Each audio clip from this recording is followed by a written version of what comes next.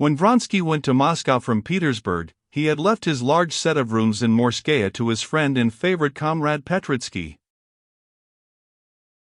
Petritsky was a young lieutenant, not particularly well-connected, and not merely not wealthy, but always hopelessly in debt.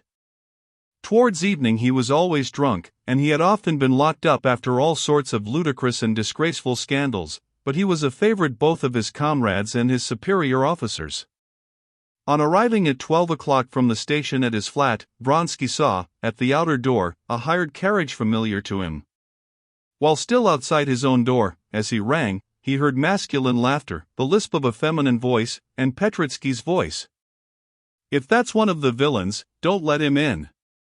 Vronsky told the servant not to announce him, and slipped quietly into the first room. Baroness Shilton, a friend of Petritsky's, with a rosy little face and flaxen hair, resplendent in a lilac satin gown, and filling the whole room, like a canary, with her Parisian chatter, sat at the round table making coffee. Petritsky, in his overcoat, and the cavalry captain Kamerovsky, in full uniform, probably just come from duty, were sitting each side of her. "Bravo!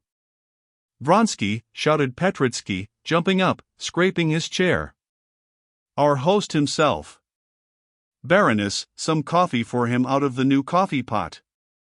"Why, we didn't expect you." "Hope you're satisfied with the ornament of your study," he said, indicating the Baroness. "You know each other, of course?" "I should think so," said Vronsky, with a bright smile, pressing the Baroness's little hand. "What next?" "I'm an old friend." "You're home after a journey," said the Baroness, "so I'm flying." "Oh, I'll be off this minute, if I'm in the way." "You're home, wherever you are, Baroness," said Vronsky. "How do you do, Kamerovsky," he added, coldly shaking hands with Kamerovsky. "There, you never know how to say such pretty things," said the Baroness, turning to Petritsky. "No, what's that for? After dinner I say things quite as good." "After dinner there's no credit in them? Well, then, I'll make you some coffee, so go and wash and get ready," said the Baroness, sitting down again, and anxiously turning the screw in the new coffee pot. "Pierre, give me the coffee," she said, addressing Petritsky, whom she called Pierre as a contraction of his surname, making no secret of her relations with him. "I'll put it in." "You'll spoil it." "No, I won't spoil it." "Well, and your wife," said the Baroness suddenly, interrupting Vronsky's conversation with his comrade. "We've been marrying you here.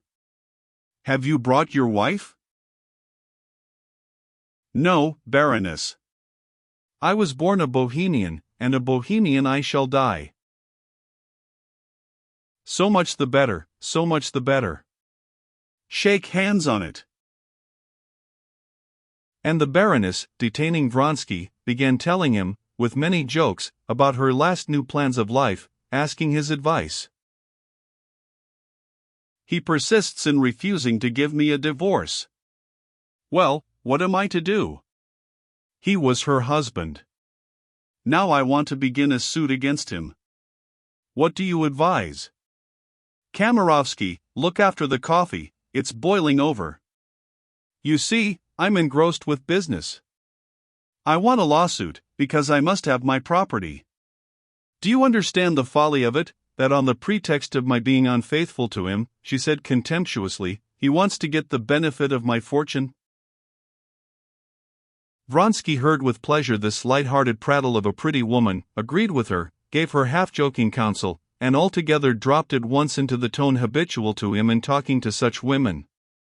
In his Petersburg world all people were divided into utterly opposed classes. 1. The lower class, vulgar, stupid, and, above all, ridiculous people, who believe that one husband ought to live with the one wife whom he has lawfully married, that a girl should be innocent, a woman modest, and a man manly, self-controlled, and strong, that one ought to bring up one's children, earn one's bread, and pay one's debts, and various similar absurdities. This was the class of old-fashioned and ridiculous people. But there was another class of people, the real people. To this class they all belonged, and in it the great thing was to be elegant, generous, plucky, gay, to abandon oneself without a blush to every passion, and to laugh at everything else. For the first moment only, Vronsky was startled after the impression of a quite different world that he had brought with him from Moscow. But immediately, as though slipping his feet into old slippers, he dropped back into the light-hearted, pleasant world he had always lived in. The coffee was never really made, but spluttered over everyone, and boiled away, doing just what was required of it, that is, providing much cause for much noise and laughter, and spoiling a costly rug in the Baroness's gown. Well now, goodbye, or you'll never get washed, and I shall have on my conscience the worst sin a gentleman can commit. So you would advise a knife to his throat? To be sure, and manage that your hand may not be far from his lips. He'll kiss your hand, and all will end satisfactorily, answered Vronsky. So at the Francais, and, with a rustle of her skirts, she vanished. Kamerovsky got up too, and Vronsky, not waiting for him to go, shook hands and went off to his dressing room. While he was washing, Petritsky described to him in brief outlines his position, as far as it had changed since Vronsky had left Petersburg. No money at all. His father said he wouldn't give him any and pay his debts. His tailor was trying to get him locked up, and another fellow, too, was threatening to get him locked up. The colonel of the regiment had announced that if these scandals did not cease he would have to leave. As for the Baroness, he was sick to death of her, especially since she'd taken to offering continually to lend him money. But he had found a girl, he'd show her to Vronsky, a marvel, exquisite, in the strict Oriental style, genre of the slave Rebecca, don't you know? He'd had a row, too, with Berkashov, and was going to send seconds to him, but of course it would come to nothing. Altogether everything was supremely amusing and jolly. And, not letting his comrade enter into further details of his position, Petritsky proceeded to tell him all the interesting news. As he listened to Petritsky's familiar stories in the familiar setting of the rooms he had spent the last 3 years in, Vronsky felt a delightful sense of coming back to the careless Petersburg life that he was used to. Impossible, he cried, letting down the pedal of the washing basin in which he had been sousing his healthy red neck. Impossible, he cried, at the news that Laura had flung over Ferdinghoff and had made up to Maleev. And is he as stupid and pleased as ever? Well, and how's Buzulikov? Oh, there is a tale about Buzulikov, simply lovely, cried Petritsky. You know his weakness for balls, and he never misses a single court ball.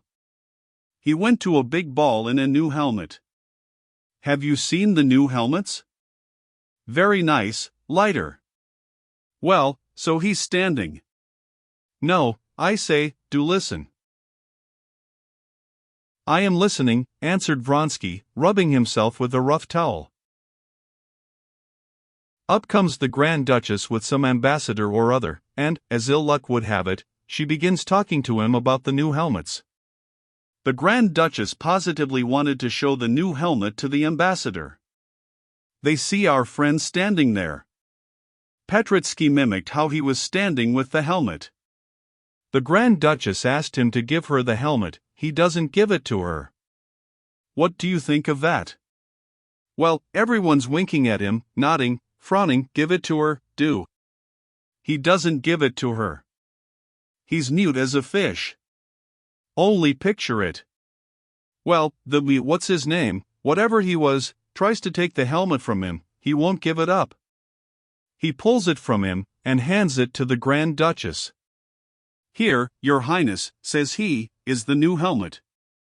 She turned the helmet the other side up, and, just picture it, plop went a pear and sweetmeats out of it, 2 pounds of sweetmeats.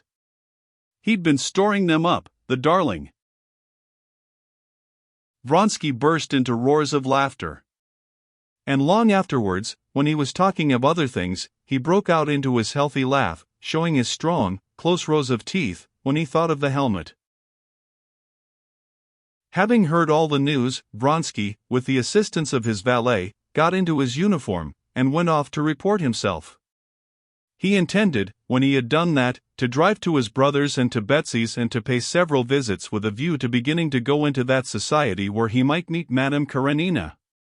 As he always did in Petersburg, he left home not meaning to return till late at night.